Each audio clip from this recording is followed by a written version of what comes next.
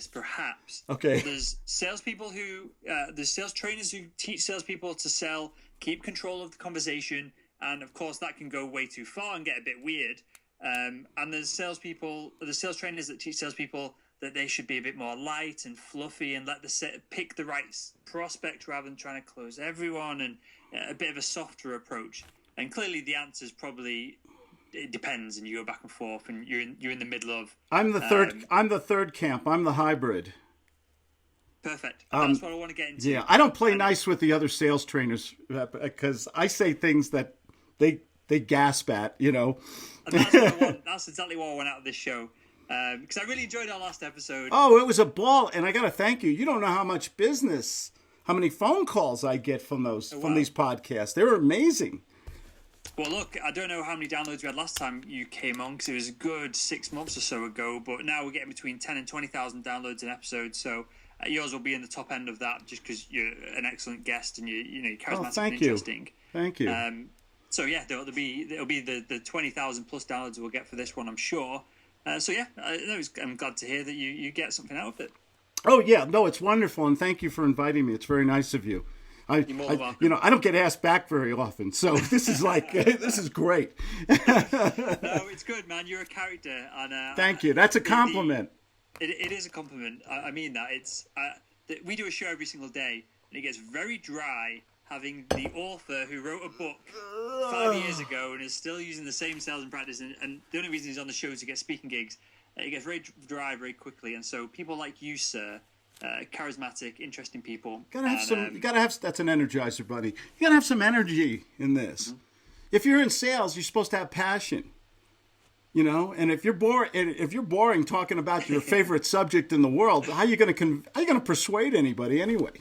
Definitely. Well, that's contagious. And before we jump in, Claude, what do you want to get out of being on the show, very specifically? As in, is it books? Is it get to people to your website? Is it for me to get people to subscribe to your YouTube channel? Is there a specific pathway or place you want me to send traffic through, both the intro of the show and then the show notes and that kind of thing as well? I want to do the same thing I did last time. I don't want to get anything. I want to give. I'm working on a new book, which is be out in October, but what I have is a mind map of 25 rules of the gut sales method, and I'd like to give that to everybody who sends me an email or goes to my webpage. So I'm believe it or not, as a sales trainer, I am uncomfortable selling my own products and services in a format like this. I just found that people, if they like me and they're interested, they're going to Google me and everything will fall into place automatically without being schlocky. Mm-hmm. What is the best way to go about it? And look, have you got a specific date for your book launch? Well, I've been saying that for 3 months now. Let us just... Don't worry about it. Because the reason I ask is, when you are ready to go, let me know. October. I'll be back on to talk about the book specifically, perhaps. Okay. That'd be a good interview. Thank you. Yes. You're more than welcome. Okay.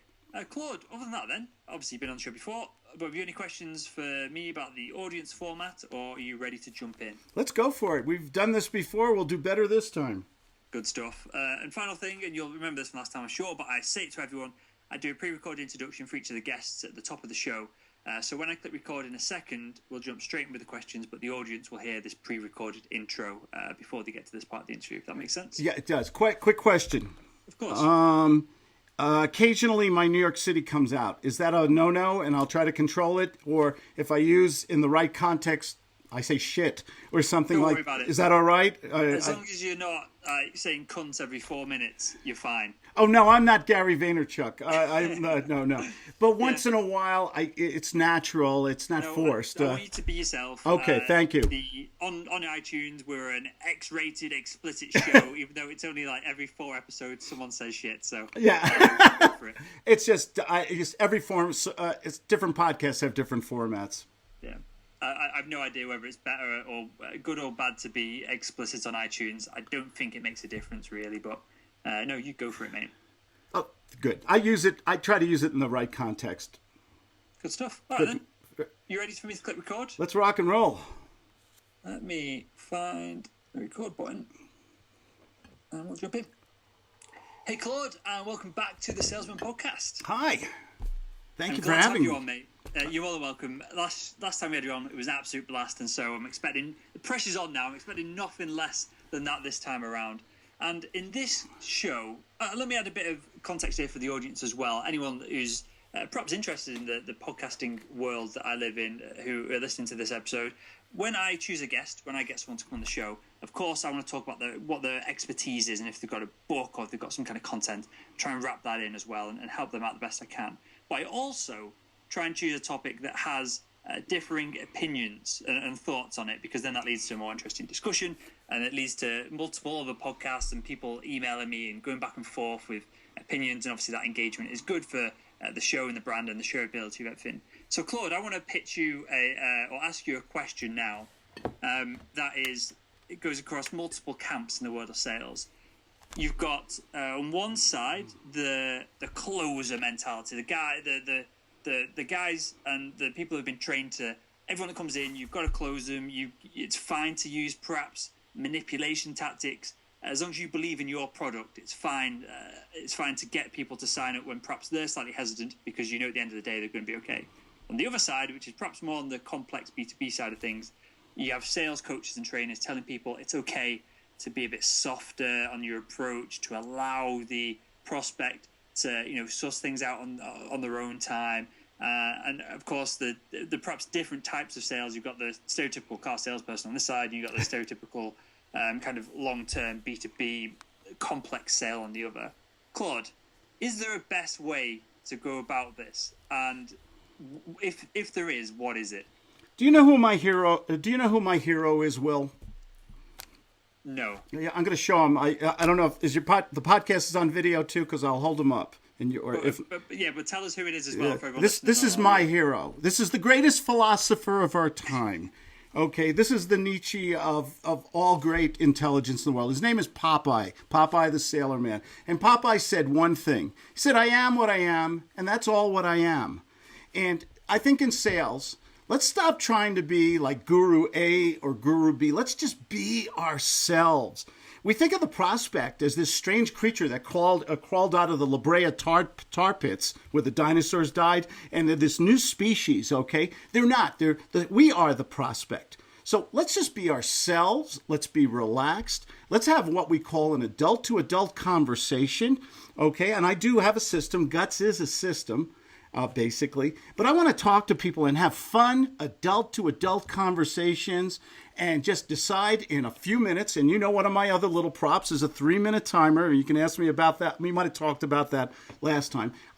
I believe that, yes, we do need systems. We do need the science of persuasion and influence. We do need to be great thespians, to create an environment not to manipulate or to pressure people, but to create an environment of comfort, relaxation, fun, and communication with the prospect. People fail in sales. Am I on a soapbox now? I'm sorry. You just asked one simple question. I'm on a damn tangent already. Yeah. People, I think gurus make sales too damn complicated. Mm-hmm. Okay? It's not, if you have I believe in P&P, okay? You've got to have it's got to be practical, and you've got to have passion. The product you sell has got to be practical. You've got to have something you believe in, something of value to people, something that allows you to make money, or a service, or whatever, a widget, whatever you're selling. But you've also got to have the passion for what you're selling.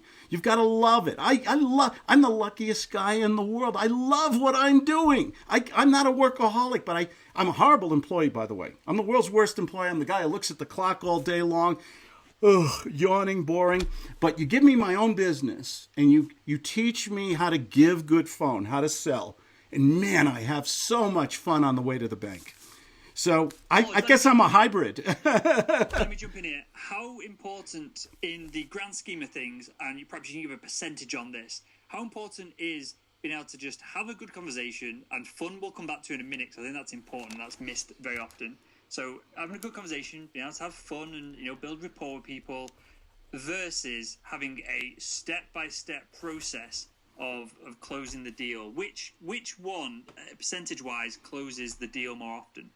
Well, a lot of the sales trainers out there say you got to go to step A to step B, and they have 20 different steps. I have 3 steps: agenda, qualification, commitment / close. You've got to ask yourself, why do so many? We've all heard the quote about sales. that sales is the highest paid profession in the world. They all love to say that. What they don't say is that it's also the highest failure rate in the world, the highest turnover rate in the world, and less than 1% truly succeed at this skill, at this unbelievable skill set that can make you wealthy beyond anything and you've ever desired and give you all the freedom and lifestyle you want. But it takes work, it takes time, and it takes a lot of other things. The way most people are teaching things today is they're telling them about scripts. I don't believe, here's where I get controversial. I don't believe in scripts. I think scripts are a waste of time, because when we hear a script from a salesperson who's not a very good actor, we get very bored very fast. We say, oh God, Martha, it's a salesman, and we want to get off the phone real fast. I don't believe in presentations because they're usually premature. Okay, do you suffer from the agony of premature presentation? Yeah, okay. So too much presentation. We don't know. The guy wants it in green and wants to know if it costs less than $20 a month. He doesn't want to know the history of your widget. Okay, so we're boring them to tears, and we're acting like a goofy little clown instead of having that fun conversation. Most people fail in this business because of all the rejection that they're getting from the prospects, because the prospect says, oh God, here's someone who wants to put their hand in my wallet or manipulate me or bore me to tears. Let's stop doing that. It's 2016. Why then? And again, hold off on the fun angle because I'm coming back to that. Okay. This is huge in our I have a conversation. lot of fun in this business. Yeah, I know, because you're a good guy on this conversation, because you're charismatic, you're interesting, you've got lots of. And where I want to get out with the fun angle, we're going to hold off. We're going to build some suspense and tension in that you have seemingly this endless ability to come up with jokes and stuff. And I'm interested whether that's pre-canned or whether it's on the spur of the moment. So we'll come back to that. Hold off on that. But I just want to drill down deeper. Why is there all these gurus, all sales training companies that, multi-million-dollar companies? It's $1 billion industry, the sales training industry. Oh, yeah. Why do they have all these steps and processes? When I agree with you, 99% of the time, you're going in to have, or you're having a conversation, you need to have some kind of agenda so you know what you're talking about. You've got something that you're trying to kind of put across, and then you need to close and move on to the next action. I don't think, for the most part, needs to be more complex than that. So I agree with you on that front. But why is there all these methodologies? Why is there all these processes? Is it simply people are just trying to make a shitload of money from it, and so they have to come up with their own method so they can sell it at a high price? Is it as simple as that? Everybody has a different take. Sales is, I like to keep sales simple, but in reality, sales is very complicated. Sales is a science. It's an art form. It's psychology. It's what makes that other person tick. I use the word empathy a lot. Okay, I wish I was a mind reader and I could know what that person is thinking all the time. I have to do the next best thing. I have to try to imagine what they're feeling, what they're going through. I've been a prospect. You've been a prospect. I want that person to like me, to trust me, to respect me. I want to have that fun adult-to-adult dialogue where it's not the typical salesman prospect. Hello, Mr. Prospect. How are you today? I'd like to tell you about, and you start the slideshow and read the script, and he's going, oh, God, I just want to know if it comes in yellow. We've got to change the way we sell, and we've got to, there is science to it. We have to learn how to ask questions that get the prospect emotionally involved. I talk about something called the EQ and the IQ, the emotional quotient. It's $1 million rule that I teach all my students that I mentor. I don't guru, I mentor. I do only one-on-one training with my students and companies I work with. Why is that? I think this is important. Great question. Why would you go one-on-one and not try and scale things? Because it works. You cannot tell. I could buy you do you play the piano? I play drums. Okay, drums. When the first time you got on the drums, were you a savant and you were Ringo Starr right away, or did it take later, I'm not 10 now. years later? Piano, guitar, sales. Sales is a skill that you have to work on, and you cannot work on it from a motivational speech in a Holiday Inn with bad donuts and watery coffee. You cannot learn it from books and tapes. They give you motivation, but Monday morning always comes around. You need a skill set. The way you get good at anything is practice. I love training people because we practice. We role. I don't know anyone else who does what I do. Maybe I'm crazy. I role play with my students. We record it. We do face-to-face on Skype. We do live phone calls. And so they can see. I'll challenge anyone. I wonder if any of the speakers that you have in your show would take a yellow pages, a phone book, and pick out a phone number and call that person and engage them in a civil conversation right away. That's what I do with my students. I can't tell them all day long. I have to show them. If I show them I can do it, and then we practice, and then they go out with the skill set, the likelihood of success is so much greater, Will. You can't teach somebody to learn sales by book. And listen, I have a million books, and I love sales books, and I love listening to your show all the time and stuff like that. It motivates me. When I go running every day, I listen to Will Barron's Salesman podcast and all the other sales podcasts. I love this stuff. I listen to audiobooks, things like that. But in reality, you get great at sales when you practice. When people say to you, I'll think about it, I'll talk to my spouse, send me your contract, are you prepared to understand what they're feeling, what they're thinking? And do you have the right words? Because you've practiced it with your mentor, and you know what to say, and you know how to feel good and not get rejected and go to the bank more often than your competition. That's what you need to get great at sales. Are you saying then, and I think you are, but let me wrap what you've just said up, hopefully, that sales is like muscle memory, where you've got to go through and practice out loud the different conversations and go over the objections and have things come up spur of the moment. And it's kind of getting implanted at the back of your brain so that when it comes up, you can be congruent with yourself and not be thinking, okay, they've said this, so my sales guru process tells me to ask them, the question back in a certain formula. And so that's what I do every time. Is it all about experience versus process, perhaps? It's experience. It is confidence and relaxation. It is also science. It is also theater. We are in the acting. We are thespians. My job. I went to my mentor once. I sound like I'm a smart guy, but I'm not. Everything I learned from this wonderful man I met. I wrote books about him, Max, and I went to college. I went to countless seminars. I bought every book and tape, and I met this one sweet little old man in New Jersey who made more money in one phone call the first time with a prospect than I made it in a whole year in corporate America. And I said, "Oh my God, how do I learn this?"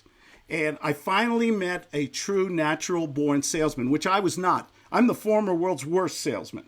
Okay? You ask my wife, before we went out on a date, I had to write notes on a jib sheet, top, points to talk about during our first date. That's how nervous I was. In sales, I think sometimes we get too nervous. We're thinking about systems and scripts and presentations instead of talking to this person like a human being. And the more we do it, the more we think, well, why did he or she say that? Maybe they're worried about the price. Maybe we should talk about the price up front, like two adults. Will, I have a feeling that money's important to you on this topic. Have you set aside some money or funds? Should we talk about that for a moment?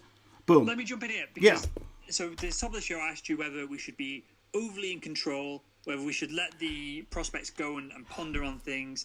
Is this where we should be in the middle of... Because I like the way you put it. It just seems so simple. We're just having an adult conversation with someone that you're, if you've got the rapport and you built that trust with them, you're just having a conversation like you would have a conversation with a friend. If your friend, wanted to buy a car from you, or if you're selling your car to a friend, you'd just say, well, what's your budget? Does it work? I'll help you out. Versus if you're selling a car in the stereotypical car salesperson way, you're trying to screw them down, you're trying to, grab their attention, do all these things. Is that all unnecessary if we can just align things up so we can just have a good conversation with them? Listen, I'm always in control, okay? But I don't let the prospect know it, okay? I want the prospect to interact with me. I want a conversion here where the prospect turns into the salesman, where the prospect starts asking me questions, where the prospect gets emotionally involved. Because the $1 million rule is that people make immediate business decisions because of some feeling, some passion, some emotion, and then they justify it later by the PowerPoint presentation that you gave and everything else. But people make immediate business decisions because of the feelings they have speaking to you. So you have to be the doctor in the room. And can I explain that for 1 second? course. Okay, you're my patient, and we might have done this in the last podcast, but it bears repeating. I'm a doctor. You're a patient. Your neck hurts. You come into my. Oh, let's reverse the role. You be the doctor. Okay, you're Dr. Will, and I come into your office. What do you say to me? What's wrong with you, Claude? You're in here every 5 minutes. You're a pain in the ass. Yeah, Felix Unger. Okay, yeah, Dr. Will, my neck is killing me. Can you help me?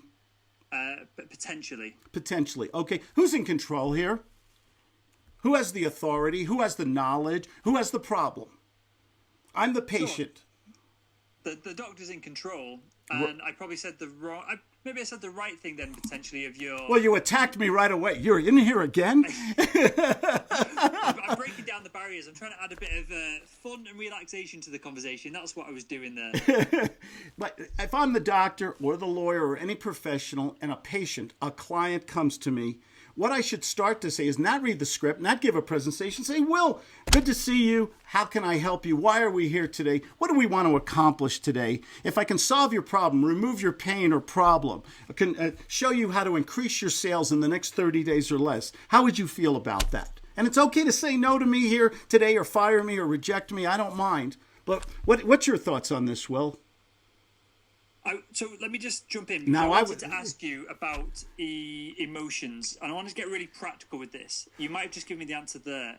Is that how... We obviously want to tie emotion into the conversation because that makes it easier for people to make a decision versus if they've got the analytical brains on. Number, price is more relevant in the conversation than what we want it to be, perhaps. How do you drag emotion into the conversation? Do you do it how you just described then, of saying, rather than, do you want to go forward with this, you say, how does this make you feel? The words I use, the questions I ask with what I call redirection. That sometimes I'll go positive to get a negative response. Sometimes I'll go negative to get a positive response. Sometimes Give us an example of that, like as in you're selling. So my background is medical device sales. Give us an example that you would use between perhaps a surgeon and someone selling medical devices. Oh, Will, if I could... well, I don't know if you're interested, but I have a new medical device that could remove a lot of pain and increase the healing of your patients, and it's also at a much lower price. That isn't anything you're interested in looking at today, is it? I see. So you're asking a negative question to get them to say yes. Right. And I also talked about saving money, is money emotional, and removal and reducing pain and healing time of your patient. This takes practice. It's spontaneous, okay? It's going into a cocktail party, and you ever see how some people can just walk into a room and make new friends and talk to peeling wallpaper if necessary, and some people don't make eye contact and they say yes, no, uh-huh.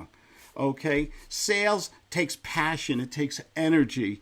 It takes a love of what you're doing. I had a little note here before, and you were talking. I do have to control the process, okay? But I don't want the prospect to know it. There's a brilliant video on YouTube. By the way, I have about 450 videos on YouTube. I use that for my marketing. We're not going to talk about leads much today, I don't know, but I get all my leads, by the way, through social media and YouTube videos by giving content out, and I get all the leads I want for zero cost.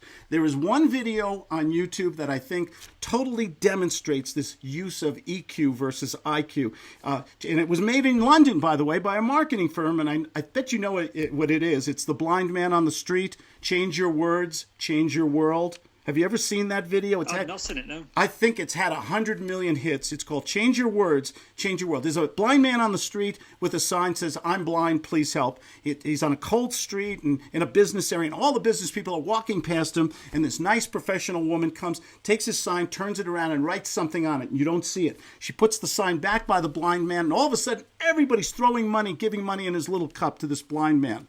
And she comes back later in the day, and the blind man says, what did you do to my sign? And she says, I changed the words to change the meaning. And I show this at all my presentations because it's so beautiful. And what she did is she changed the sign to say, it's a beautiful day. I wish I could see it. Change your words and the way you communicate with people, and you will change your world in sales. I think people fail in sales because it's uncomfortable and there's so much rejection because they're doing the same old tired, boring bullshit, pardon my language, that everybody else is doing. They're all copying each other with the same boring script, the same boring presentation Talk to these people the way you want to be spoken to. Ask them questions like the professional. Get them emotionally involved, and the magic will always happen. A quick story, if I'm not blabbing too much here. You mentioned the cars before, and I just did a video on this on my YouTube page. My wife and I, we lease a car. I've been leasing 6 cars from the same dealership because I love this salesman. You know what he does? He calls me up. He says, how are you? How's the family? Claude, I don't know if you're interested, but we have a special program on a new car. I know your lease doesn't expire for 6 months, but if you come in here, we'll eat the lease, and we'd like to take care of you today if you want. And I said, thank you so much. And all he did was give good phone, which is one of my favorite expressions. He called me up, talked to me like a human being. We went down there and bought a car. But here's the takeaway on the story. We went down to the dealership. I picked up a couple dozen bagels and cream cheese, and I brought them to the dealership. So the whole dealership had breakfast on Claude and Claudia Diamond. The sales manager comes into the cubicle, and he says, Mr. Diamond, no one's ever done that before, okay? He's never seen a prospect treat the salesman that way, with stroking, nurturing, empathy, treat them, do something nice for him. Who's in control of the negotiation process on the new 3-year lease on my Cadillac? Nice. Moi.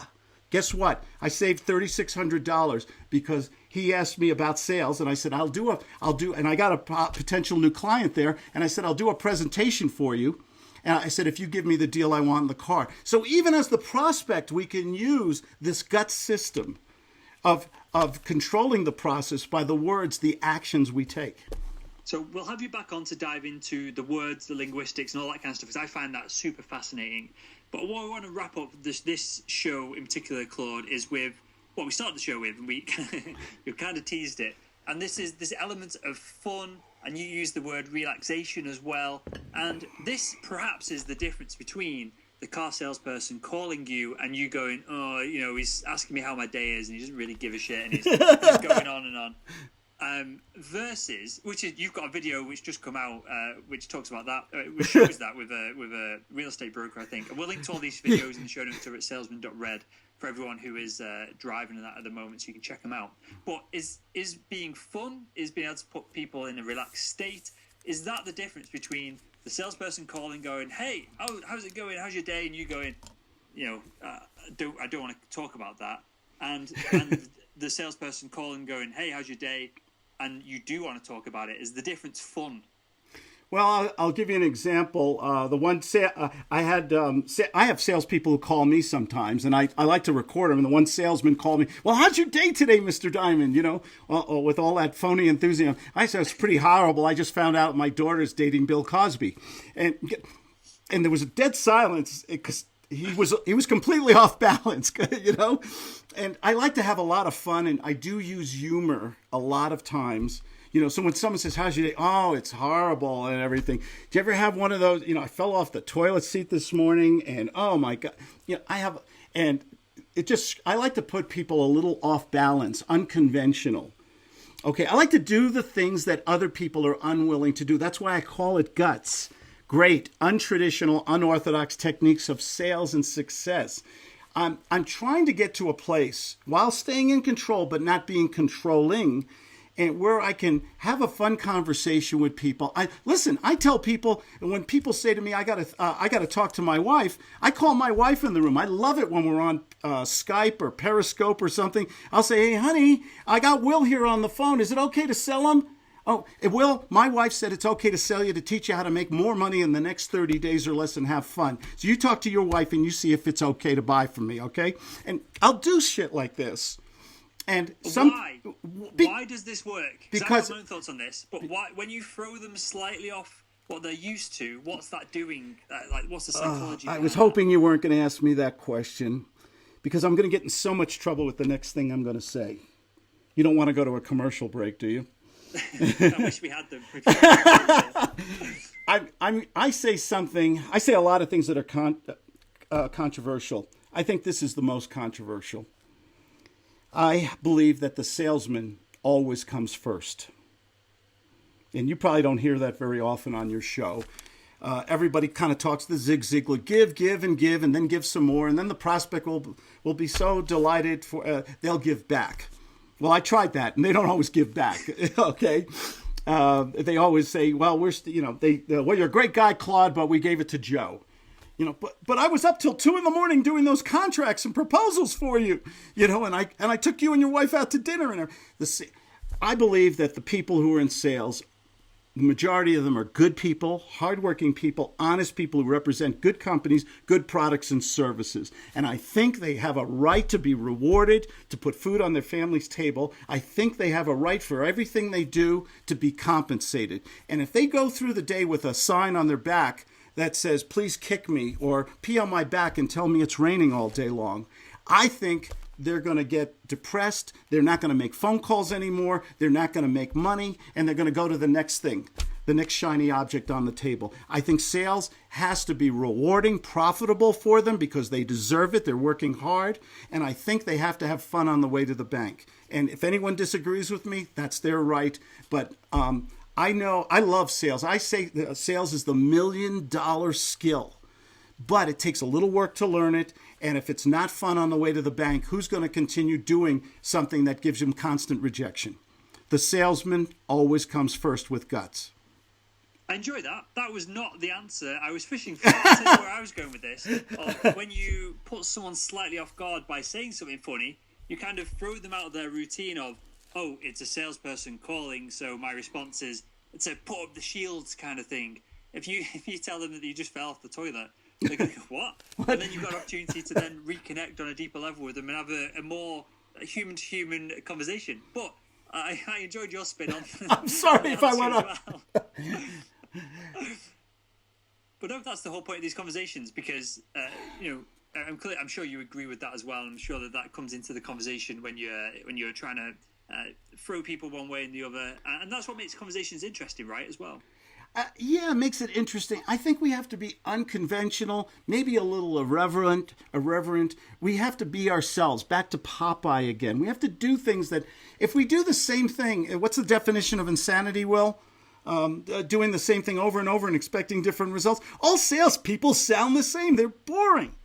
Okay, and they all use the same words and stuff. Let's do something different. You know how I get past every guardian at the gate when I need to speak to the decision maker? Go on. Go ahead. You be the guardian at the gate. The reception, the lovely receptionist. Hey, Claude. Our CEO is not available right now. I'll answer take a message for you. Oh well, you know what? I wanted to say, is Will available? I wanted to see if Will could do lunch today. This is Claude. Would you tell him Claude's here and Claude's on the phone? I want to do lunch today. He's not available right now, but I can take a message for you. Oh, Dawn, I can't even remember the last time we spoke. We've never spoken. But could you do me a favor? Give him a message. Tell him Claude Diamond called 970-281-5151. I want to do lunch with him today or tomorrow if it's at all possible. I'll tell him that. Okay. Now you're not going to say. But now I'm feeling pressure to go. The situation doesn't even exist. There isn't even a CEO, and I'm feeling pressure to go. Maybe Claude does know him, and maybe I'm going to get told off. Yes. If I don't move things forward. Maybe I'm his best friend. Maybe I'm his brother. Maybe we went to college together. Claude, let me and I didn't lie, by the way. Did you notice I never lie?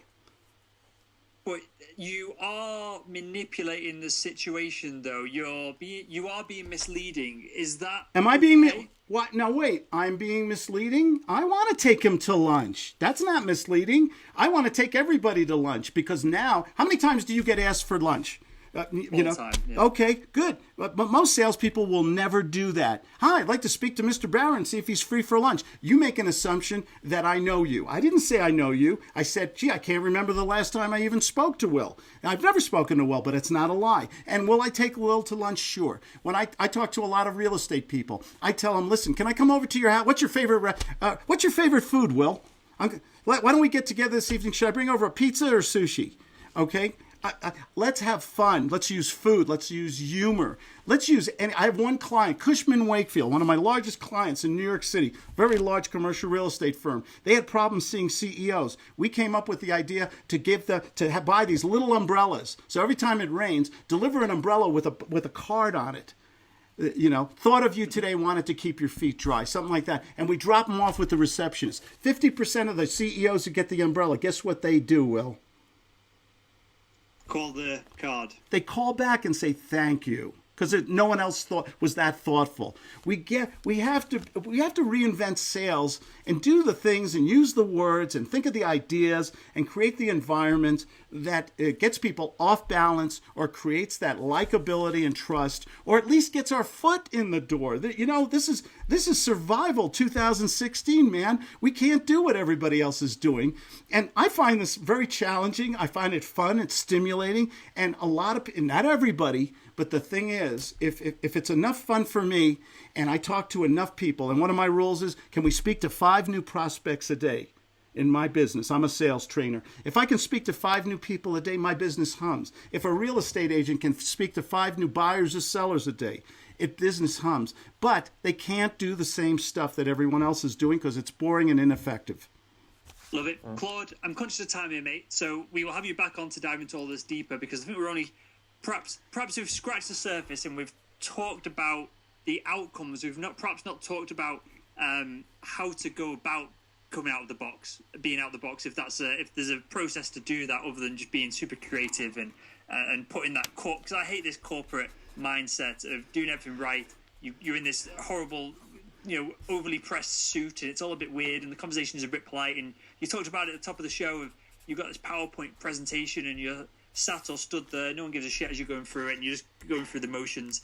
I think we can leave a lot of that behind, and I think there's a lot of value into diving into this topic deeper, which we'll do on a future episode, which I appreciate, mate, because you've given me a load of food for thought in this one. But Claude, before we wrap up, I've got a couple of questions that I ask everyone that comes on the show.